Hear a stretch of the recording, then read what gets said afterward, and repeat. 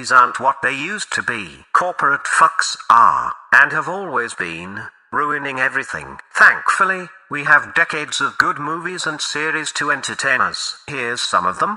The Free State of Jones is a historical movie based on true events where Matthew McConaughey plays Newton Jones from the moment he collaborated till his death. Newt was a soldier in the Confederate Army during the American Revolution who didn't agree with the reasons for being in the war. He opposed the tyrannical nature in which the armies and people handled themselves with citizens and started a rebellion after gathering enough men while being hunted to start making a dent.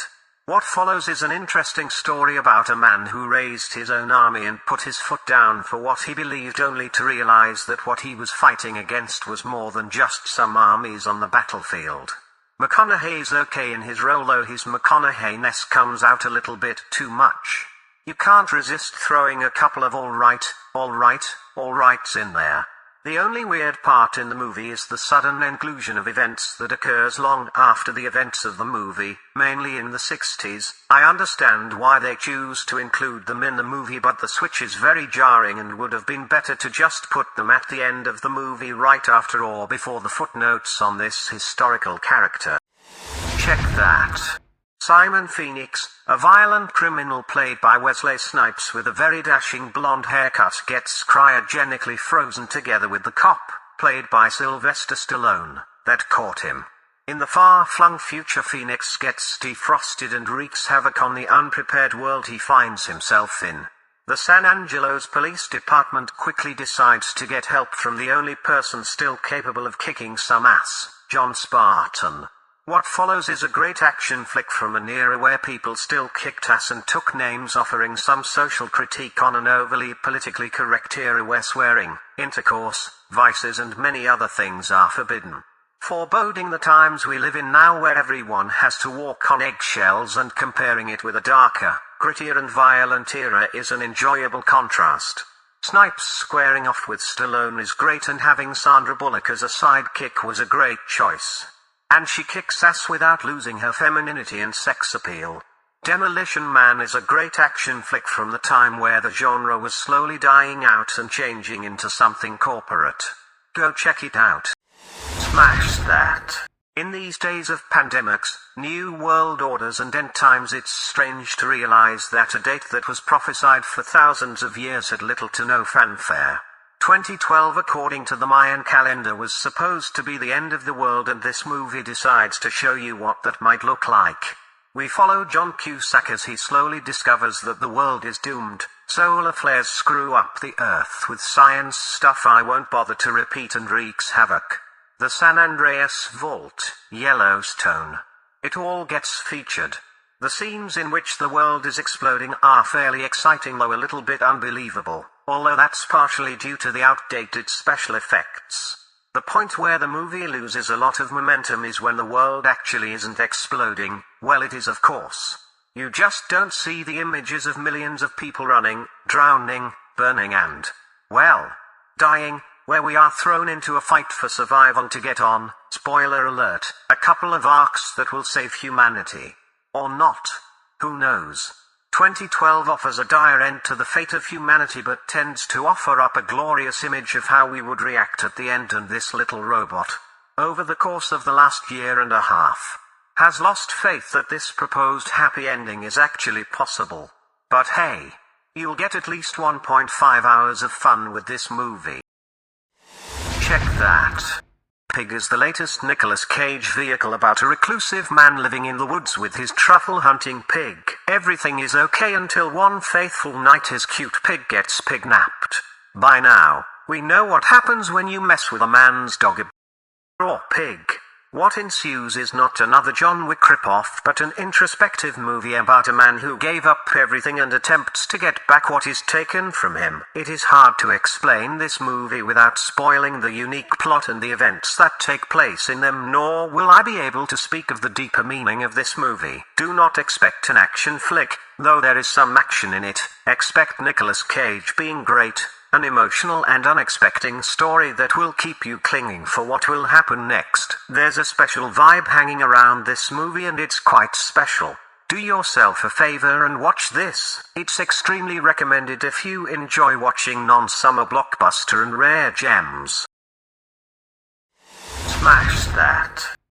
I'm quite the fan of the Purge series, currently consisting of 5 movies and 2 seasons of varying quality, where we dive into a near-future dystopian America where, for 12 hours, all crime is legal. What ensues is usually a lot of carnage, anarchy and people trying to survive as masked madmen with a myriad of weapons hunt them for revenge and or pleasure. The Forever Purge takes us to Texas where we follow a Mexican couple as they try to be in the land of the free. Unlike others from the franchise, we spend only a small amount of time in the purge. The rest occurs when a group of extremists, American supremacists, decide to extend the purge indefinitely. We are offered with less carnage and less masked vigilantes, which makes this movie the weakest of the bunch. The political commentary is obvious, but this has always been the case. It's hinted that this is the last purge we'll get, but with Hollywood you never know. This movie is therefore a must for completionists and purge fans, despite being the weakest of the series. For everyone else, watch other purge movies or the second season of the series instead.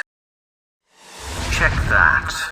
Retfaerdighedens Ryttere aka Riders of Justice is a Danish movie with Mads Mikkelsen, who plays a soldier who has to return home after his wife and daughter were involved in what appears to be an accident. Things get interesting though when we are introduced to a mathematician and causality expert, played by Nicholas Likers, who was present with the wife and child during the accident and discovers some coincidences about what has happened. Him and his on the spectrum friends contact Mad's character and push the first domino in what will be a stormy game of revenge. Riders of Justice is a movie that has everything. It is smart, funny and emotional. There's violent, in-your-face action and somber moments of reflection. We follow these characters through their trials and quickly make a bond with him. Riders of Justice is truly a remarkable film with a remarkable cast.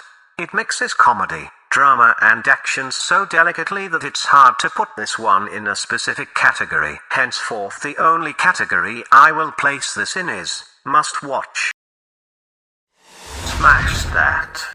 Maggie is a slow and somber drama with an atypically cast Arnold Schwarzenegger, who plays a father dealing with his daughter being infected with a zombie disease rampaging the world. Unlike 90% of zombie films, this isn't a gore-fest or an action movie. There are no throats being ripped, heads chopped or guts hanging out. There is a faint notion of a society trying to deal with the infestation and a more human approach to what is going on. The one problem this movie has unfortunately is Arnold's and Jolie Richardson, who plays his wife, acting. His delivery feels stale, emotionless and bland. I barely feel anything when he has to make hard choices, and by the middle of the movie I lost any interest in what would happen with his daughter. Not that her portrayal was bad, but more because the feelings in this movie are too shallow. It just happens and then it ends a broken bar like a bystander rather than someone who invested and is involved. The story and movie itself is novel enough to give it a try, but with a stronger cast and a little bit more schwung this could have been better. Check that. The Battery is a Japanese feel-good movie about a boy who befriends some other kids and proves himself to be a baseball prodigy. Despite his talent, he appears to be a cocky dick, but it quickly is revealed why he is acting out. I will leave the reasons of this hidden during this recommendation, cause there isn't much to this movie in the sense of plot. Don't get me wrong, it's an enjoyable movie about people coming to terms with the hardships in life and how a bond, whether through friendship, family, duty and respect, can get you through it. Check that.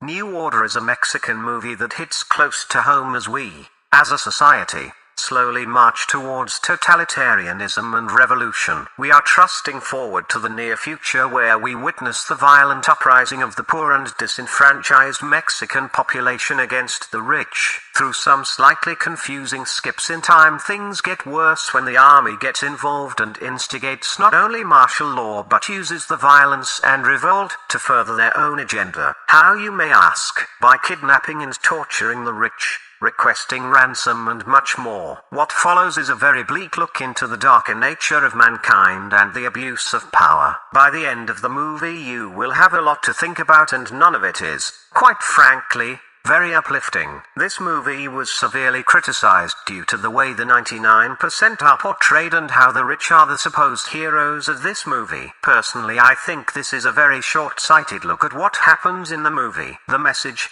to me, is much more black pill than most of us want to realize. Smash that. The Haunted World of El Superbeasto is a very adult cartoon from Rob Zombie featuring El Superbeasto, a big burly horny guy in a luchador mask who enjoys his titties and ass. During one of his stints to a strip club he falls madly for Velvet Von Black, who promptly gets kidnapped by Dr. Satan, who wishes to make her his wife so he can achieve his final form. Oh, and there's also the blonde bombshell Susie X, who stole Hitler's head and gets chased by undead Nazi zombies. Needless to say, this movie has a lot going on. And not only copious amounts of tits and ass, unfortunately it just does not quite get there, and like the movie itself mentions to its viewers, it is a movie that's built around all of those gloriously bouncy tartars and bouncy fat asses. The Nazi plot is cliché tilde copyright to say the least, and the kidnapping of the sexy dame plot we have seen multiple times as well. But like the film said, a broken bar all them B&Bs certainly make up for it, even though it's a cartoon, and apparently, according to some, those are for kids. A broken bar much like Tarzoon, Felix the Cat and a zillion others featuring milkers and buns. Check that. Those were some great movies, right? Be sure to check them out and be sure to come back to use next time on Smash TV.